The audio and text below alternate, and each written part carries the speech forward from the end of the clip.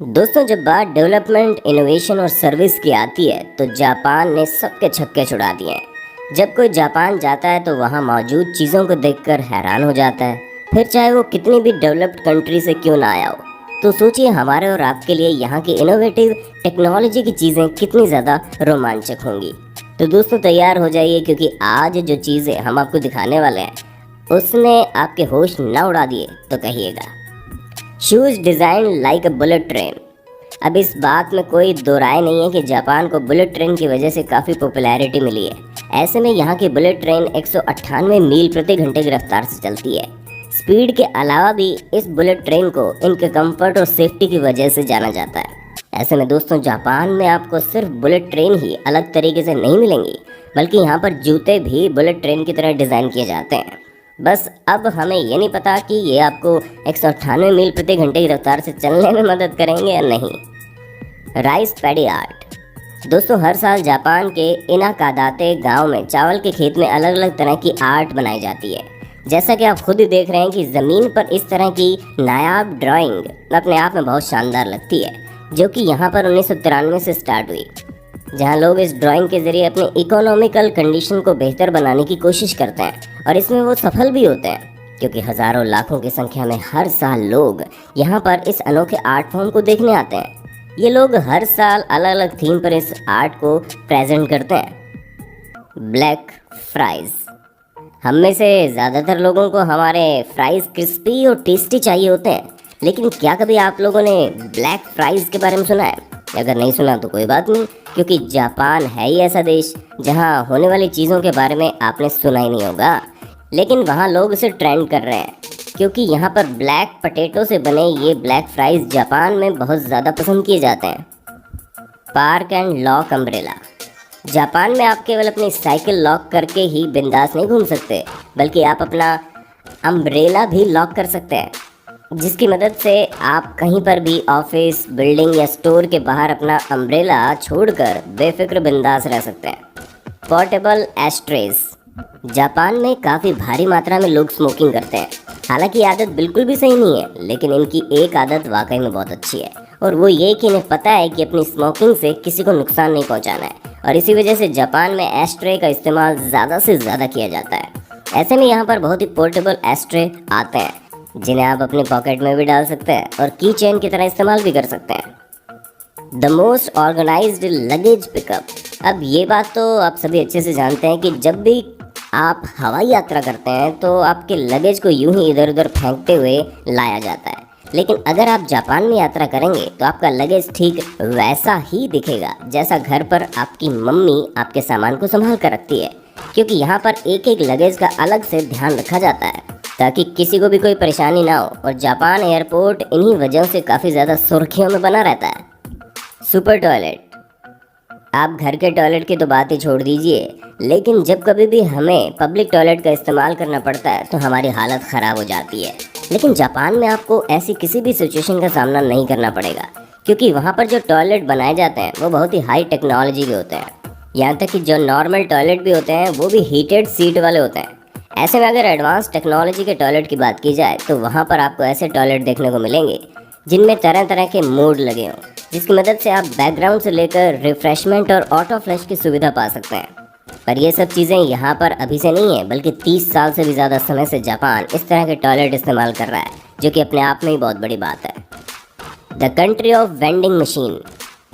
आप लोगों ने भले ही कोल्ड ड्रिंक या चॉकलेट के लिए वेंडिंग मशीन का इस्तेमाल किया हो, लेकिन जापान में कुल मिलाकर 55 लाख वेंडिंग मशीन मौजूद है, यानी कि हर 23 इंसान पर एक वेंडिंग मशीन आपको मिल जाएगी, जहां कोल्ड ड्रिंक और चॉकलेट तो छोड़िए, अंडे से लेकर सब्जियों के साथ साथ मेडिकल ट्रीटमेंट से जुड़ी चीज़ें भी आपको इन वेंडिंग मशीन के अंदर देखने को मिलेंगी, जिसकी मदद से आप कहीं भी कभी भी अपनी मदद खुद ही कर सकते हैं, जिसके लिए आपको ना दुकान की लाइन में लगने की ज़रूरत है और ना ही किसी चीज़ की। आप जाइए और बस कुछ बटन प्रेस करते ही आपका सामान आपके सामने होगा। Multi level parking lots. दोस्तों, जापान का लैंड एरिया काफ़ी ज़्यादा छोटा है। ऐसे में यहाँ पर पार्किंग की बड़ी दिक्कत होती है और ट्रैफिक जैम हो जाता है, और इसी चीज़ से निपटने के लिए यहाँ पर इंटेलिजेंट पार्किंग सिस्टम शुरू किया गया, जो कि एक मल्टी लेवल गैराज की तरह होता है, जिसके अंदर पार्किंग स्पेस मौजूद है, यानी कि एक ही जगह पर कई सारी गाड़ियाँ एक के ऊपर एक आ सकती हैं, उसके अलावा यहाँ पर ऑटोमेटिक बाइक पार्किंग सिस्टम भी है, जिसको गैराज ट्री कहकर बुलाया जाता है। वैसे दोस्तों, बाइक से याद आया, आपको किस तरह की बाइक ज़्यादा पसंद है? कम एवरेज वाली स्टाइलिश और महंगी बाइक, या फिर बढ़िया एवरेज वाली नॉर्मल बाइक? क्योंकि हम तो नॉर्मल बाइक के दीवाने हैं। अब आपका बाइक के बारे में क्या ख्याल है, हमें कमेंट में तो बता ही दो। Expectations meet reality in Japan. दोस्तों, अक्सर हमारे साथ ऐसा होता है कि हमें दिखाया कुछ जाता है और असलियत कुछ और ही होती है। लेकिन जापान में ऐसा कुछ भी नहीं है। जो चीज़ आपको बाहर से दिखाई दी जाती है, वही चीज़ आपको अंदर से भी देखने को मिलेगी। अब जैसे कि आप स्टारबक्स कॉफ़ी कैफ़े को ही देख लीजिए, और सिर्फ यही क्यों, यहाँ पर तो खाने की प्रेजेंटेशन को एक आर्ट की तरह लिया जाता है, जहाँ आपको हर एक चीज़ ऐसे दिखाई देगी जैसे आप जो कुछ भी फूड ऑर्डर करेंगे तो वैसे ही दिखेगा जैसा आपको एडवर्टीजमेंट के समय दिखाई दिया था। Ice cream in a fish shape cone. अगर आपको फिश शेप कोन में आइसक्रीम मिले तो कौन बोरिंग आइसक्रीम कोन में आइसक्रीम खाना पसंद करेगा? दोस्तों, यहाँ मौजूद ये अनोखा कोन आपको पूरी मछली की तरह दिखाई देगा। यहाँ तक कि इसमें जब आइसक्रीम फिल की जाती है तो इसकी खूबसूरती और बढ़ जाती है, जिसे देखकर इसे खाने का मन करता है। पर हम आपको बता दें कि बीन पेस्ट और शुगर से बनकर तैयार हुआ ये अनोखा जापानीज कोन किसी का भी दिल जीत सकता है। तो दोस्तों, हमें पूरी उम्मीद है आपको अपने होस्ट और दोस्त सैम की इस वीडियो में काफ़ी मज़ा आ रहा होगा। अगर हाँ, तो साथ ही वीडियो को लाइक करते चलिए, ताकि हम फ्यूचर में इसी तरह इंटरेस्टिंग वीडियोज़ लाते रहें। Capsule hotels. जैसा कि हम आपको पहले भी बता चुके हैं, जापान में लैंड एरिया की काफ़ी प्रॉब्लम है, लेकिन फिर भी ये लोग अपनी अलग तिगड़म लगाकर सब कुछ शानदार बनाने में कोई कसर नहीं छोड़ते। और इसी वजह से यहाँ पर कैप्सूल होटल्स आपको देखने को मिल जाएंगे, यानी कि ऐसे होटल जहाँ पर सिर्फ इंसानों के लेटने की जगह है। हाँ, आपको इतना एरिया दिया जाएगा कि आप बैठ सकें, लेकिन इसके अलावा आप अपने उस रूम में खड़े नहीं हो सकते हैं।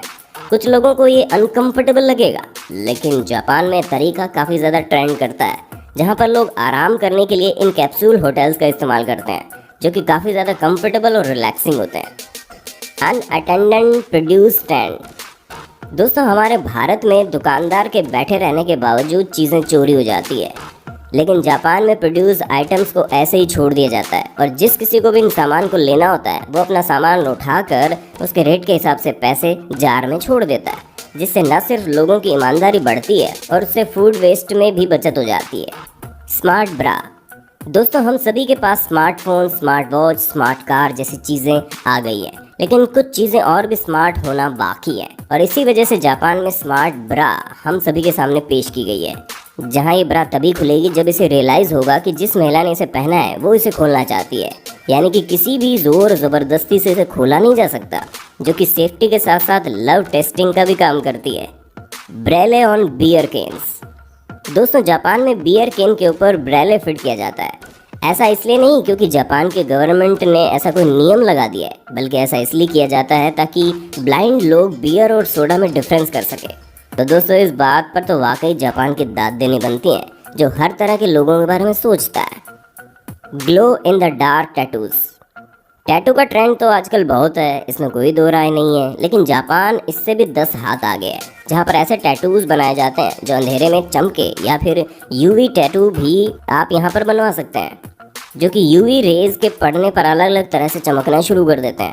ऐसे में आपको पार्टी करने के लिए या बाहर जाने के लिए टैटू बनवाना हो, तो जिससे आप अपने बॉस या पेरेंट्स से छुपाना चाहते हैं, तो फटाफट जापान जाइए और अपना मनपसंद टैटू बनवा लीजिए। सिगैगिया ओशन डोम। अगर आपको बीच में जाना तो अच्छा लगता है, लेकिन सूरज की रोशनी से जलना बिल्कुल पसंद नहीं है, तो सिगैगिया ओशन डोम आपके लिए बिल्कुल परफेक्ट चॉइस है, जहाँ पर आप आराम से अपनी छुट्टियाँ बिताने जा सकते हैं, क्योंकि ये दुनिया के सबसे फेमस इंडोर वाटर पार्क में से एक है, जिसमें आपको आर्टिफिशियल बीच देखने को मिल जाएगा। जहाँ पर 1993 में खुला है ये वाटर पार्क एक बार में आराम से 10,000 लोगों को इस शानदार इंडोर बीच का मज़ा दिला सकता है। दोस्तों, आपका तो पता नहीं, लेकिन हाँ, इसे देखकर हमारा मन ज़रूर यहाँ पर जाने का कर रहा है।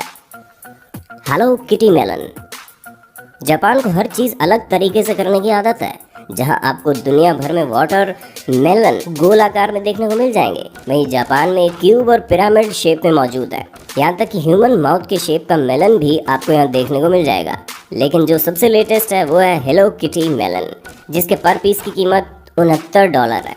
दोस्तों हमें पूरी उम्मीद है कि आपको जापान की हाई टेक्नोलॉजी के बारे में जानकर काफ़ी मज़ा आया होगा। अगर हाँ तो वीडियो में कमेंट करके इसके बारे में बताना मत भूलना, और ऐसे इंटरेस्टिंग वीडियोस को लगातार देखने के लिए हमारे चैनल को लाइक शेयर सब्सक्राइब भी कर देना। धन्यवाद।